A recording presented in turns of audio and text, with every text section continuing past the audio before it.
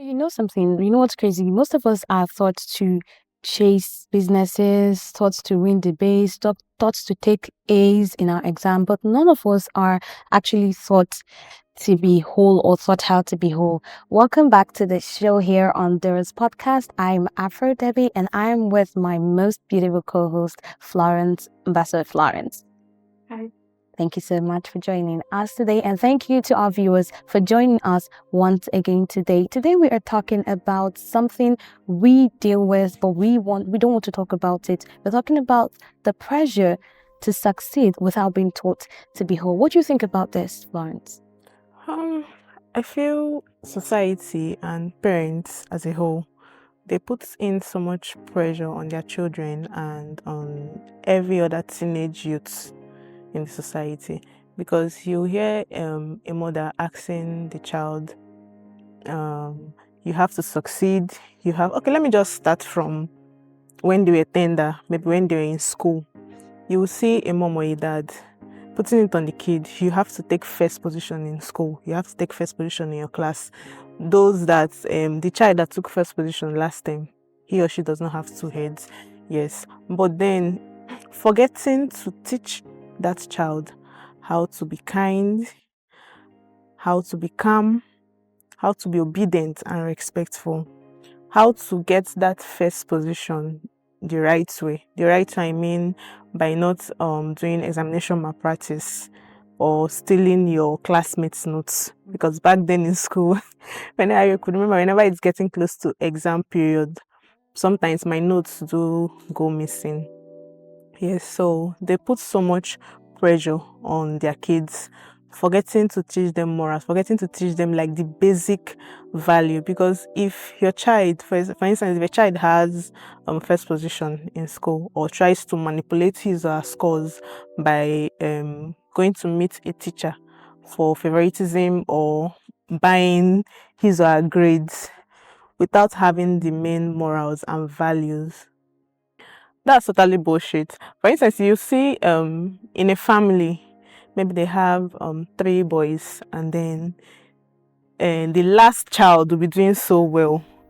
Now you see that the mother or the father will push his or her love, care, attention, everything to one person, forgetting to ask that person, my child, come, how have you been coping? How did you get this money? How did you get this? You understand? Okay, the other day, at my former workplace, my boss was like, he went to the market and he saw a girl with iPhone 13 or 12 or so, but she was with her mom selling pepper. I'm not saying if you're living a low class life, you shouldn't like do things for yourself. That's fine. But then try to balance the everything. Try to balance the two lives. Yeah, with iPhone 17, and then look at what you are doing. Do you understand? Oh, she was with iPhone 17. iPhone 13. iPhone 13. This was like last 2 years ago. So then I think iPhone 13 was like one of the top notch. Yes. So yeah, with this kind of phone, and then you are there with your mom, suffering under the rain and everything. So why not try to take money from that phone to fix up something better, maybe a better business that will fetch you even times 10 and 100 of that money you used to get. You understand? So parents, they forget so much that they're supposed to teach their kids, inculcate in them, make them learn that, okay, for you to do this, you have to be good.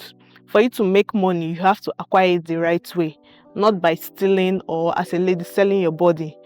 Okay, yeah. Yesterday I was scrolling through TikTok and I saw there is this video I saw, and then the man, he brought out two apples. Okay, first of all, he brought out two sweets. One was covered, like normal wrapped, and then the other sweet was unwrapped. And then he asked the child, he was like, my daughter, choose one. The daughter chose the one that was wrapped. And then he was like, why didn't you go for this one? And then the daughter said, daddy, this other sweet is already opened and I don't know if it has germs and bacteria in it. The man smiled and then he brought out two apples. One was eaten from, yes, and then the other was still full.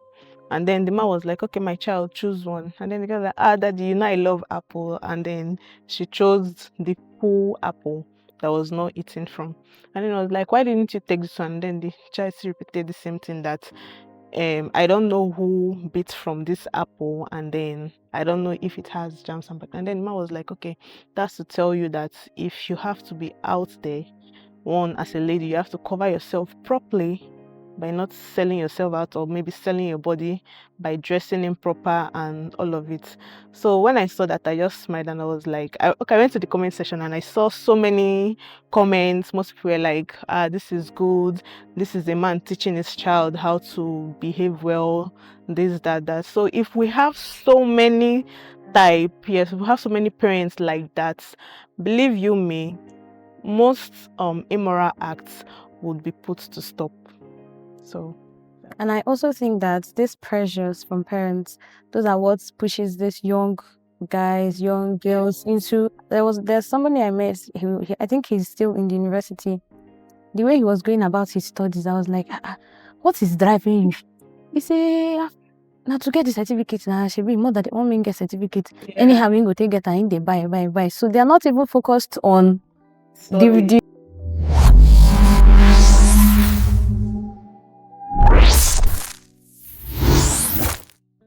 study itself. They just want to let me get the certificate, get the SAT, get the first class or the second the guy class was like, upper. Shebi, if you get a certificate, you go frame and put for your mama room so that the mother go to see. Then let him just go on and do what he wants to do. Because he wants to get, if it's for the females, they want to bring this money home. Yeah. Anyhow, they are bringing it, they don't care. And these pressures, it's taking a toll on their mental health, because they start acting, okay, I don't want to say this, but you know the story of somebody very popular now that is flying around that she takes drugs, she doesn't take drugs, blah, blah. Yes. So if you look at the background, this might be one of the factors. Somebody might have been doing like this. Anyhow you bring it. We don't want to know. We don't want to know. They start, and one thing parents, they do that I don't like, they start this comparison. They start with, are you not seeing your mates out there? This one is doing like this. There was a time somebody that lives around us, each time his father will bring him to our house, he will start and say, that is he not seeing that this one is driving keke? The boy should go and buy keke and drive. That boy that they were comparing other people with that should buy keke and drive, I think he's in Russia now. He's doing very, very well. So imagine if he followed the father's advice and pressure, and like that time, because every time he sits with laptop and the parents, they just feel like there's nothing he's doing there. You're sitting there, they press phone, your mate, and they drive, this one they drive, but this one they do conductor. Enter road, do one thing. They just want you to be doing. And for them, that's like success for them to see that their child is. But for the child, they know that this is not what they want to do. And then this thing now, it also links to imposter syndrome, because some people who are like very good now, at least if their parents are not advising them well, they decided to take it upon themselves to advise themselves.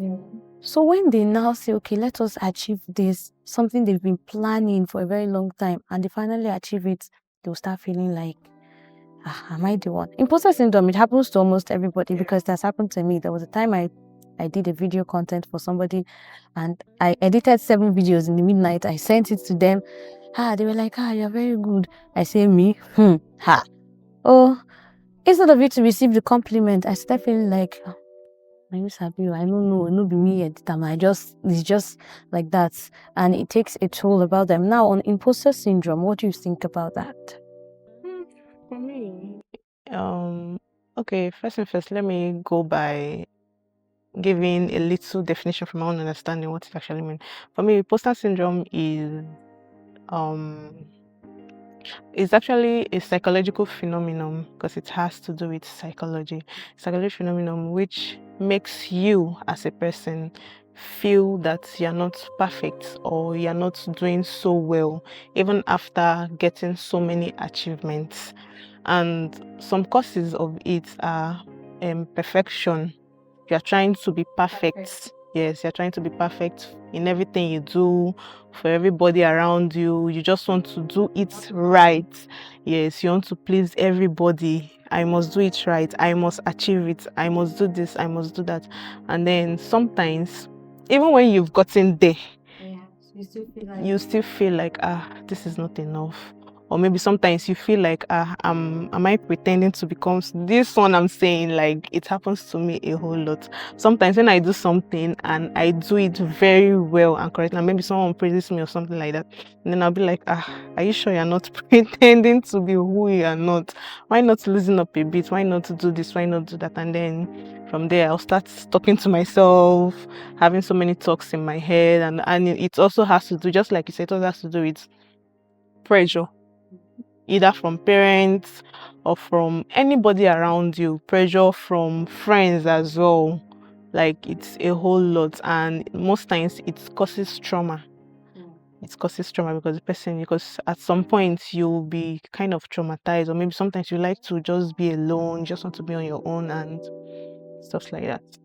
Yeah, so I think we're wrapping this up very soon, but let's talk about ways that we can curb or ways that we can improve or stop imposter syndrome from affecting, because I think it even affects how far a person would go in life. Yeah. So I think what I would say is, first of all, you ask yourself, why are you doing what you are doing? Then you ask yourself, how are you going to do that without being able to please people? I'm not saying just do it like that, without just do it and say, I don't care what anybody will say, I'm doing my thing, I'm doing it. But how can I do this thing without, if I want to put this on, I will say, what would this 1, 2, 3, 4, 5, 6, 7, 8, 10 people say? Because if you keep waiting, if you keep looking for validations from different persons, they used to say that too many cooks spoil the broth. So you have to be very intentional with what you're doing, and then you have to ask yourself, what am I trying to prove to people? Because there are people that do things and they do it because they want to revenge back to somebody. They do it because I want this person, don't do it. Let me Or maybe they want to shock someone. or they want to shock somebody, or they're in competition with somebody. So I would say, when you've answered these 3 questions or these 2 questions correctly, then you can be able to now know where you're standing. And also, I would give this advice. I usually tell people, each day before you go out, look at yourself in the mirror. Look at yourself and tell yourself that you will do this thing, and if this one says anything, it's been able to. Okay, yesterday I read something from, I think you know him, Kyo Baba. Yes, he wrote something about being, I think he said, not being an underdog, meaning that you're not allowing what everybody says to affect you. Yes, you're being firm, you're standing firm, not that you're proud or you're anything, but anytime anything anybody says, you just pick.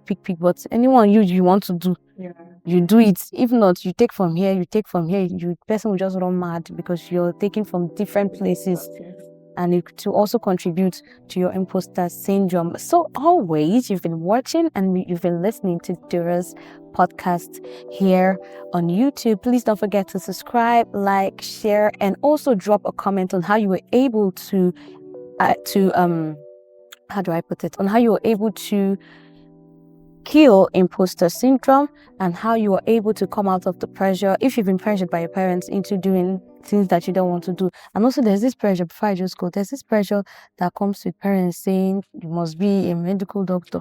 That time when I was small, they used to say, because my mom wanted to be a nurse, medical doctor, I go the mix bitter leaf, I go the mix bitter leaf, they say I will start drawing. Pressure made me, I left arts class to science class, all because my dad wanted me to just choose it. He was like, just choose any course in science, I'm okay with it.